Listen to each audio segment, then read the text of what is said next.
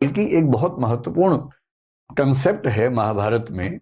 मैं आपको वो छोटी सी कहानी बताता हूं तो आप उसका आनंद ले पाएंगे कि भारतीय परंपरा में कितनी शानदार बात कही गई है। महाभारत आप जानते हैं क्या होता है ना।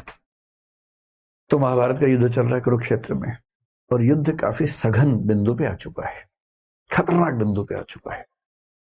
कौरवों की सेना बहुत बड़ी है, पांडवों की सेना छोटी है। बस पांडवों के पास ये है कि कृष्ण साथ में है, और कृष्ण की जो कूटनीति है, वैसे भी लठैती काम नहीं आती है, कूटनीति बहुत बड़ी चीज है लठैती की तुलना में, उसकी वैल्यू ज्यादा होती है। कृष्ण कूटनीति के इतने पुरोधा हैं कि उनके सामने बड़े बड़े जो बलशाली लोग हैं चल नहीं पाते हैं। अब हो क्या रहा है।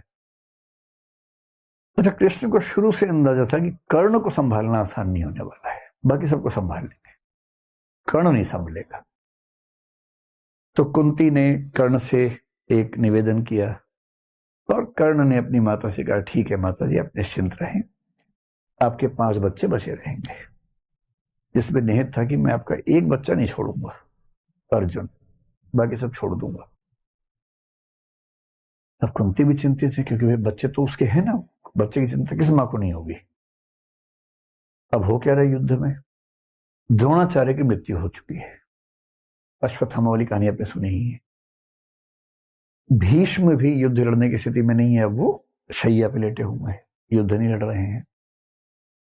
बहुत बड़े बड़े सैनिक कौरवों की तरफ के खत्म हो चुके हैं, हार चुके हैं। कर्ण कंट्रोल नहीं हो रहा, और पांडव उधेड़बुन में है। युद्ध के बाद शाम की मीटिंग चल रही है। युधिष्ठिर एक ऐसा व्यक्ति है जो बहुत ही विनम्र है, संयमित है।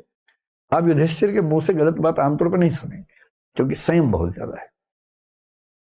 लेकिन उस दिन, उस कमजोर क्षण में युधिष्ठिर भी संयम खो बैठे अपना, और अर्जुन को बोल रहे हैं कि तुम तो कहते थे कि तुम दुनिया के सबसे अच्छे धनुर्धर हो भाई। अजीब हाल है, तुम कर्ण को मार ही नहीं पा रहे। काहे कि तुम्हारी धनुर्विद्या, काहे का तुम्हारा गांडीव धनुष। ये सुनते अर्जुन को आग लग गई एकदम। और अर्जुन ने एक कसम ले रखी थी, प्रण लिया हुआ था कि यदि कोई मेरे गांडीव धनुष का अपमान करेगा तो मैं उसका जीवन ले लूंगा।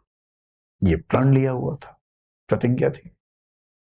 अब मामला फंस गया कि अपमान कर दिया बड़े भाई ने। बड़ा भाई और पिता परंपरा में एक ही माना गया है, तो पिता स्वरूप बड़े भाई ने अपमान कर दिया।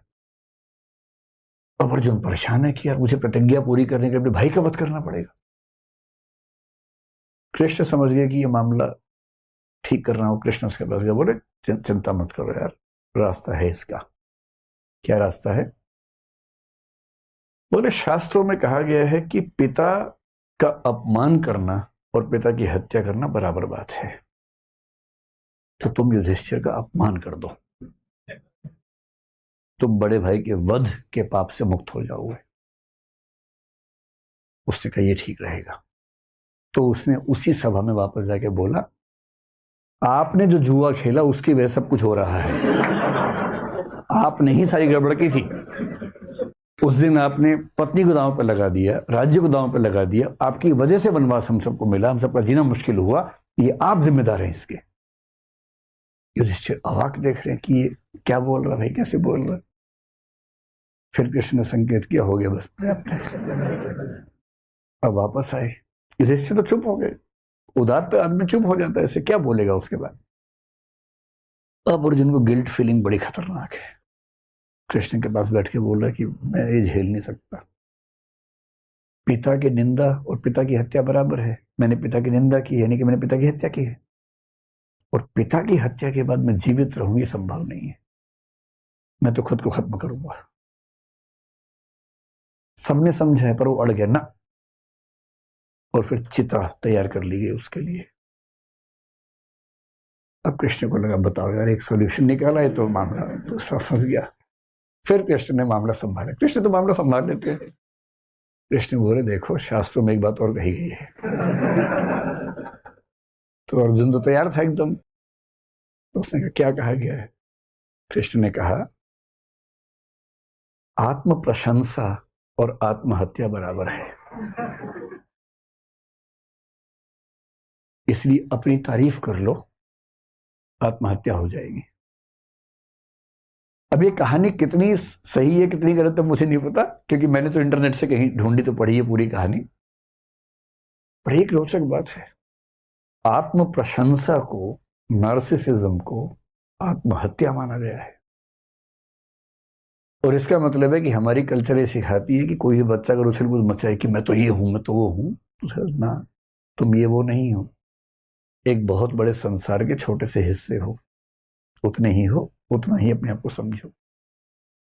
और इसीलिए आपको इंडियन फिलॉसफी, इंडियन लिटरेचर की परंपरा में ऐसे एक से बढ़कर एक लोग दिखेंगे, बहुत योग्य थे पर बड़ा बोल नहीं बोलते थे। बड़े बड़ाई ना करें, बड़ा ना बोलें बोल, रहीमन हीरा कब कहे लाख टका मेरो मोल। जो बड़ा होता है बड़ाई नहीं करता है अपनी। रहीम कह रहे हीरा कब कहता है कि मेरा मोल लाख टका है, नहीं कहता, कहना भी नहीं चाहिए। क्यों कहना चाहिए? तो रहीम की ये लाइन नार्सिसिज्म के खिलाफ ही तो है। तुलसीदास जैसा आदमी जो इतना महान महाकाव्य, मतलब पूरी भारतीय परंपरा में सबसे महान महाकाव्य कौन सा मानता है? रामचरितमानस। भारत के दुनिया भर में मानते हैं, क्योंकि उतनी प्रसिद्धि किसी को नहीं मिली। वो आदमी इतनी महान रचना लिखने के बाद भी क्या लिखता है? कवित विवेक एक नहीं मोरे, सत्य कहो लिखी कागज कोरे। यानी कविता करने का विवेक रत्ती भर मेरे अंदर नहीं है, मैं तो जो सच समझता हूं कोरे कागज पर लिख देता हूं, बस इतना ही करता हूं। कवि न हो नहीं बचन प्रवीणु, सकल कला सब विद्याहीनु। ना कवि हूं ना भाषा की प्रवीणता मेरे अंदर है, सारी विद्याओं से हीन हूं, बहुत ही छोटा व्यक्ति हूं। ये वो व्यक्ति कह रहा है जिसने दुनिया का सबसे सफल महाकाव्य लिखा है, क्योंकि उसके संस्कार ये कहते हैं कि अपनी प्रशंसा करना बहुत बुरी बात है। कबीर दास ने पूरी दुनिया में आग लगा दी, इतना अच्छा साहित्य लिखा, इतना अच्छा साहित्य लिखा। और जब किसी ने पूछा कि आप इतनी अच्छी कविताएं कैसे लिखते हैं, तो क्या कह रहे हैं? तुम जिन जान्यो गीति हैं वह निज ब्रह्म विचार। तुम जिनको मेरी कविताएं बता रहे हो ना, कविता वविता कुछ नहीं है, मैं तो अपनी बात भगवान के बारे में लिखता हूं, आप उसको बोलते कविता है। कविता कहाँ? ना मैं पढ़ा लिखा हूं, ना मैं कुछ जानता हूं। मतलब कबीर कह रहे हैं कि मैं पढ़ा लिखा नहीं हूं, जबकि उनका साहित्य पढ़ के लोग पीएचडी कर करके खत्म हो गए हैं, पर वो कह रहे हैं कि मैं तो पढ़ा लिखा नहीं। बड़प्पन की पहचान होती है अपने बारे में कुछ ना कहना, और ये बात भारतीय परंपरा में एक नहीं, दो नहीं, हजारों बार कही गई है।